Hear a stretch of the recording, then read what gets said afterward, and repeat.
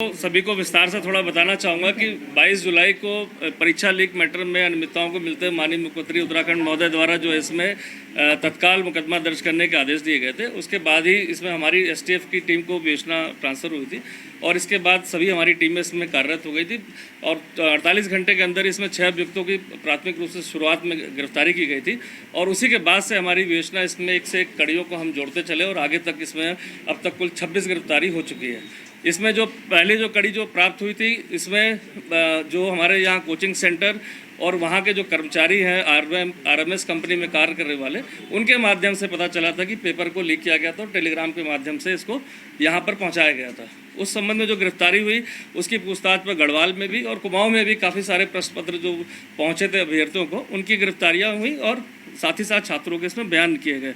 इसी के साथ साथ इसमें एक संगठित गिरोह का भी नाम पता चला जो धामपुर से ऑपरेट कर रहा था।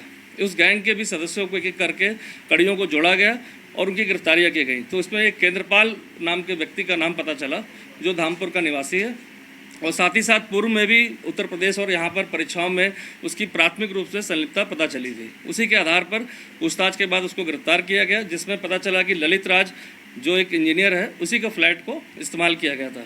इन्हीं सब साक्ष्यों के आधार पर और छात्रों के जो बयान लिए गए उसके बाद फिर जो है इसमें महत्वपूर्ण कड़ी में आया कि इसका जो आरएमएस प्राइवेट लिमिटेड जो कंपनी है जिसको कॉन्ट्रैक्ट मिला था यूकेएसएससी से, उसके मालिक की प्रथम दृष्टया संलिप्तता आई। चूँकि 3 स्तर की इसमें पूछताछ हो चुकी थी और उन सभी वेरिफिकेशन करने के बाद उसको कल देर रात्रि इसको गिरफ्तार किया गया। चूँकि उस कंपनी का ओनर है, लेकिन ये कहना कि सभी परीक्षाओं में उसकी संलिप्तता रही, अभी इसकी पुष्टि किया जाना आवश्यक है।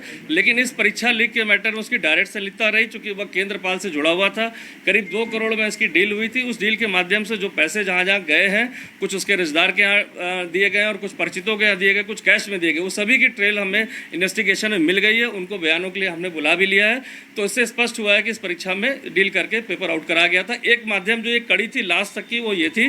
दूसरी कड़ी थी कि जो वहाँ का कर्मचारी था अभिषेक वर्मा, जिसके द्वारा इस बार 3 सेट परीक्षा पत्र के निकाले गए थे, जो टेलीग्राम से यहाँ पर उसका जो दूसरा कर्मचारी आरएमएस का जयजीत दास, उसको भेजे गए थे। उस कड़ियों को जोड़ते हुए हम आगे बढ़े थे। सर, ये